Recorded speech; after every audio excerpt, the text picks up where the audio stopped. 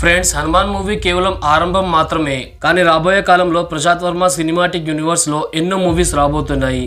అలాగే వీటి budget Hanuman movies కంటే 10 రెట్లు ఎక్కువగా ఉండబోతుంది. సలార్ లాంటి మూవీస్ తీసిన హోమిలీ ప్రొడక్షన్ తో ప్రశాంత్ వర్మ త్వరలోనే ఒక మూవీ తీయబోతున్నాడు. అదే విధంగా ప్రభాస్ తో 3 సినిమాలు హోమిలీ ప్రొడక్షన్ తీస్తుంది. అందులో ఒకటి ప్రశాంత్ వర్మతో ఉండబోతుంది. ఈ మూవీ పేరు మహా అవతార్ నరసింహ. ఇందులో ప్రభాస్ గారు నరసింహ అవతారంలో కనిపించబోతున్నారు. ఇది కూడా పీవీసీఈలో భాగం కాబోతుంది.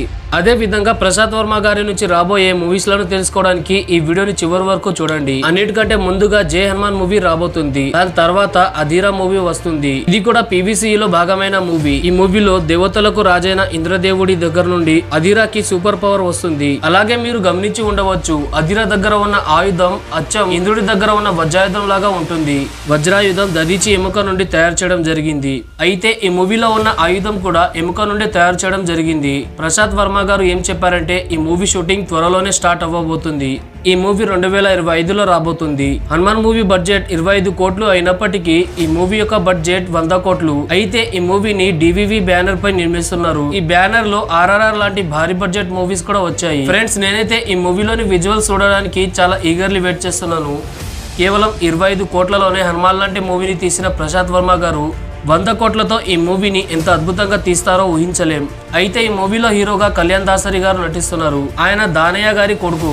ఫ్రెండ్స్, ప్రస్తుతం ప్రశాంత్ వర్మ గారు జై హనుమాన్ మూవీని తీస్తున్నారు. ఈ మూవీలో రిషబ్ శెట్టి గారు హనుమాన్ గా నటిస్తున్నారు. ఇందులో తేజ సజ్జ గారు కూడా హనుమాన్ గా నటిస్తున్నారు. ఈ మూవీ హనుమాన్ మూవీకి సీక్వెల్ గా రాబోతుంది.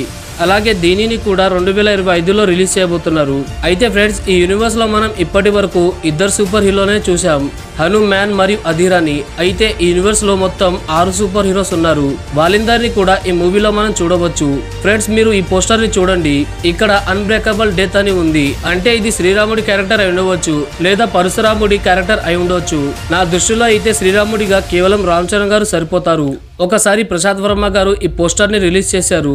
అంటే రామ్ చరణ్ ని శ్రీరాముడిగా చూపించబోతున్నారు అని అర్థమవుతుంది. ఒకవేళ ఇలా జరిగితే మరోసారి ప్రపంచ వ్యాప్తంగా విధ్వంసం సృష్టిస్తారు. హనుమాన్ మూవీ హిట్ అయిన తర్వాత ఇండియాలో ఉన్న స్టార్స్ అందరూ కూడా ప్రశాంత్ వర్మతో పనిచేయడానికి రెడీగా ఉన్నారు.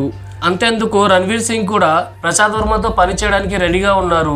ఆయనతో కూడా ఒక మూవీ రాబోతుంది. అందుకని రామ్ చరణ్ గారు కూడా అతనితో పనిచేయడానికి అవకాశం వస్తే వదులుకోరు. ఫ్రెండ్స్, ఈ 2 మూవీస్ తర్వాత రాబోయే మూవీ ఫీమేల్ ఓరియంటెడ్ మూవీ. ఇది ఒక female super hero movie. Recent time లో మహాకాళి అనే పోస్టర్ ని కూడా రిలీజ్ చేయడం జరిగింది. ఇది ఆ కాళికాదేవి మీద రాబోయే మూవీ. ఈ పోస్టర్ లో ఎక్కువ డీటెయిల్స్ ఏం లేవు, కానీ ఆ అమ్మాయి చేతిలో బంగారు గాజులు అయితే మనం చూడవచ్చు. ఆమెకి వీటి ద్వారా శక్తులు లభించవచ్చు. దీని తర్వాత పోస్ట్ ని చూస్తే మరొక సూపర్ హీరో కనిపిస్తాడు. అతనికి గ్రద్దలాగా రెక్కలు కూడా ఉండడం గమనించవచ్చు.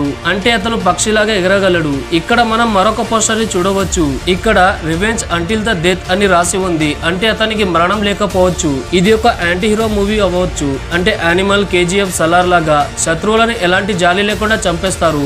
అలాగే ఇతనికి హల్క్ లాంటి శక్తులు ఉండవచ్చు.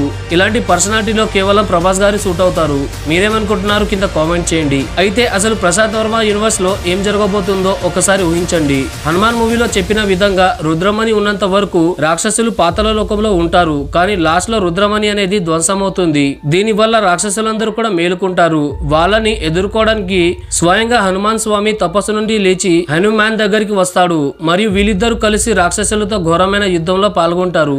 అయితే శ్రీ ఆంజనేయుడి తరపున ప్రభు శ్రీరాముడు కూడా పాల్గొనవచ్చు. అందుకని శ్రీరాముడి క్యారెక్టర్ హనుమాన్ గారు ప్లే చేయవచ్చు. అదే విధంగా ఇందులో అధీరా క్యారెక్టర్ మరియు మహాకాళి క్యారెక్టర్ కూడా రావచ్చు. అయితే హనుమాన్ మూవీలో విలన్ చాలా విగ్ అనిపించాడు. కానీ రాబోయే మూవీస్ లలో ప్రశాంత్ వర్మ గారు విలన్స్ పై ఎక్కువ పని చేయవచ్చు. అయితే ఫ్రెండ్స్, మీరు ప్రశాంత్ వర్మ యూనివర్స్ లో ఏ మూవీ కోసం వెయిట్ చేస్తున్నారు కింద కామెంట్ చేయండి. వీడియో నచ్చితే ఖచ్చితంగా లైక్ చేయండి మరియు మన ఛానల్ ని సబ్స్క్రైబ్ చేసుకోండి.